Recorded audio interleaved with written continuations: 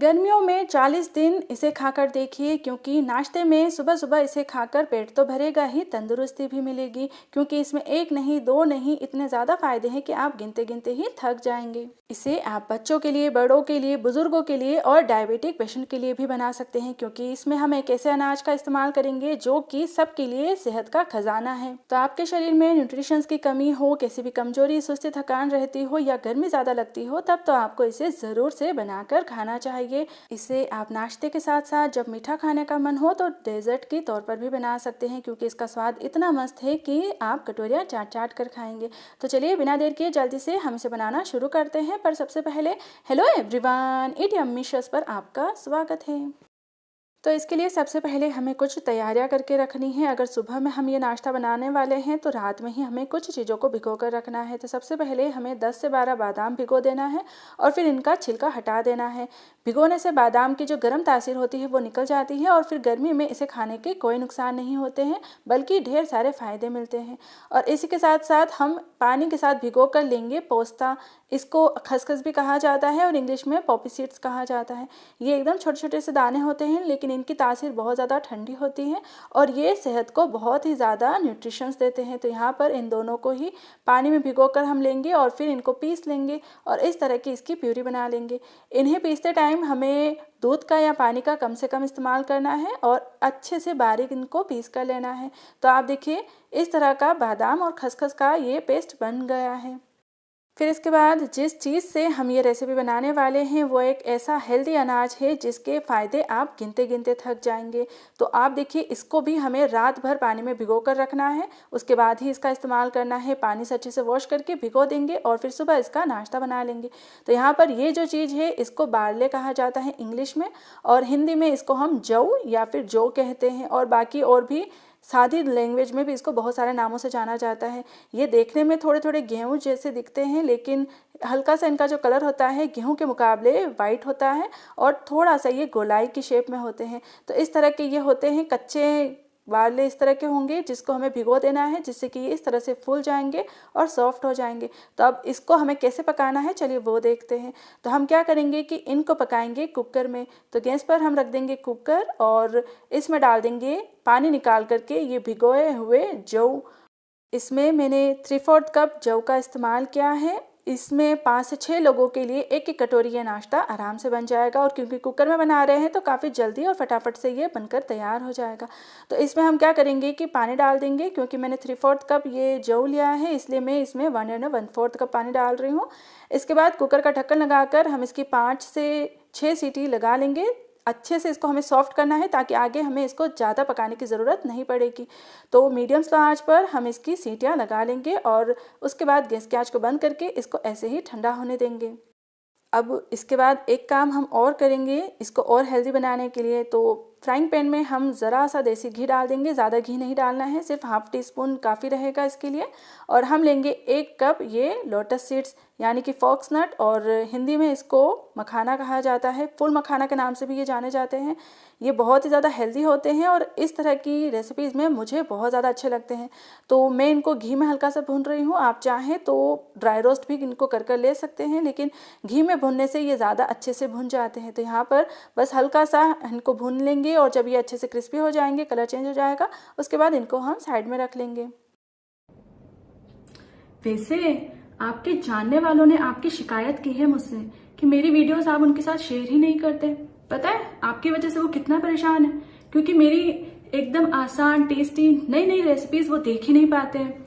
ये बात जान लीजिए कि अपने ग्रुप में अच्छी वीडियोस को शेयर ना करना न्याय नहीं अन्याय होता है। तो कम से कम 3 लोगों के साथ तो मेरी रेसिपीज जरूर शेयर करें। अगर मैं आपको बताऊं कि जौ के क्या फ़ायदे हैं, तो सबसे पहला तो ये है कि ब्लड में ये शुगर लेवल को कंट्रोल में रखते हैं। तो डायबिटिक पेशेंट भी अपनी डाइट में इसे आराम से शामिल कर सकते हैं, और बच्चे बड़े बुजुर्ग सबके लिए ये बहुत ही ज़्यादा फ़ायदेमंद है। यहाँ पर ये अच्छे से पक गए हैं। तो अब हम क्या करेंगे कि इसमें डालेंगे दूध। तो यहाँ पर क्योंकि हम ये रोज़ के लिए नाश्ता बनाने वाले हैं तो फालतू का हम इसमें फ़ैट इंक्रीज़ नहीं करेंगे, ताकि मोटापा होने की कोई झंझट नहीं रहेगी। तो यहाँ पर हम क्या करेंगे, पहले से गर्म किया हुआ दूध लेंगे और फिर उसकी जो मलाई होगी वो अच्छे से हम पूरी की पूरी निकाल देंगे। मलाई ये फैट होता है जो कि अगर हम इस तरह से कंज्यूम करते हैं तो वज़न बढ़ने की शिकायत हो सकती है। अगर आप दुबले पतले शरीर वाले हैं और आपको वज़न बढ़ाना हो तब तो आप इसको फुल क्रीम दूध से बनाकर तैयार कर सकते हैं, लेकिन अगर आपको हेल्थ कॉन्शियस रहना है और एक्स्ट्रा फैट नहीं चाहिए तो दूध की मलाई हटा दीजिए और फिर इस दूध का हम इसमें इस्तेमाल करेंगे। तो मैंने इसमें 3-3.5 कप दूध डाल दिया है। अगर आपको थोड़ा पतली साइड पर इसको रखना हो तो 4 कप पूरा दूध डाल सकते हैं। मैंने थोड़ा सा दूध इसमें से बचा लिया है।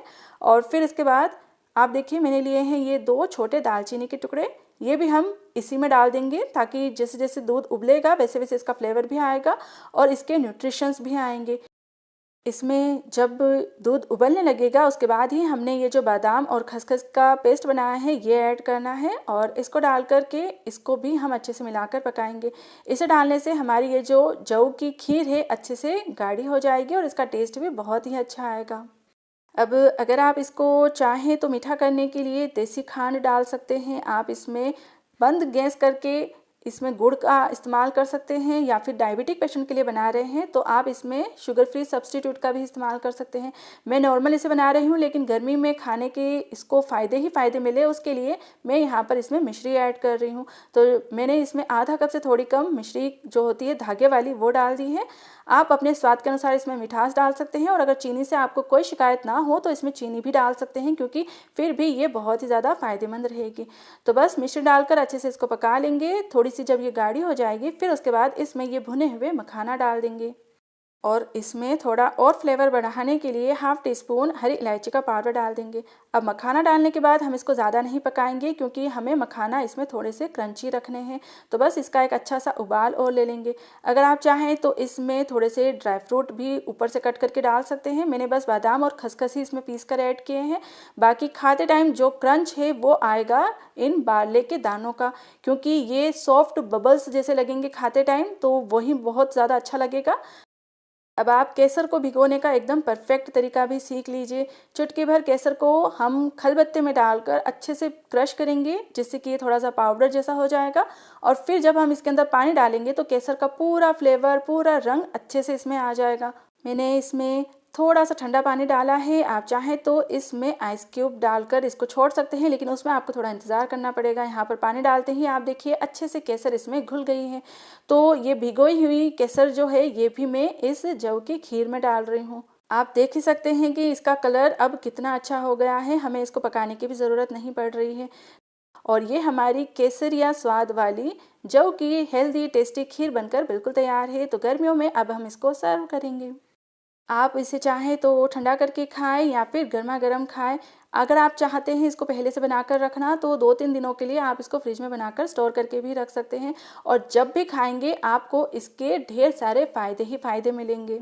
क्योंकि बारले एक ठंडी तासीर का अनाज होता है तो गर्मियों में इस तरह से आप इसकी खीर बनाकर खाएंगे तो पेट में ठंडक भी रहेगी, पेट भी भर जाएगा और ढेर सारे न्यूट्रिशंस भी मिलेंगे। तो सुबह सुबह नाश्ते में आप इसे ज़रूर से कुछ दिन खाकर देखिए, सबको ये बहुत ज़्यादा पसंद भी आएगी और सबको तंदुरुस्त भी रखेगी। और फिर उसके बाद अगर आपको मेरी ये रेसिपी पसंद आए तो प्लीज़ आप इसे लाइक करना बिल्कुल ना भूलें, सभी के साथ इसे शेयर करें और हमारे चैनल ईट यम्मी शोज़ को प्लीज़ ज़रूर से सब्सक्राइब करें ताकि आगे भी आपको मेरी ऐसी रेसिपीज़ देखने को मिलती रहे। और नई रेसिपीज़ की नोटिफिकेशन के लिए बेल आइकन पर क्लिक करना बिल्कुल ना भूलें। हम नेक्स्ट रेसिपी के साथ जल्द ही मिलते हैं। Till then enjoy this healthy जौ की kheer and thanks for watching eat yummy shows.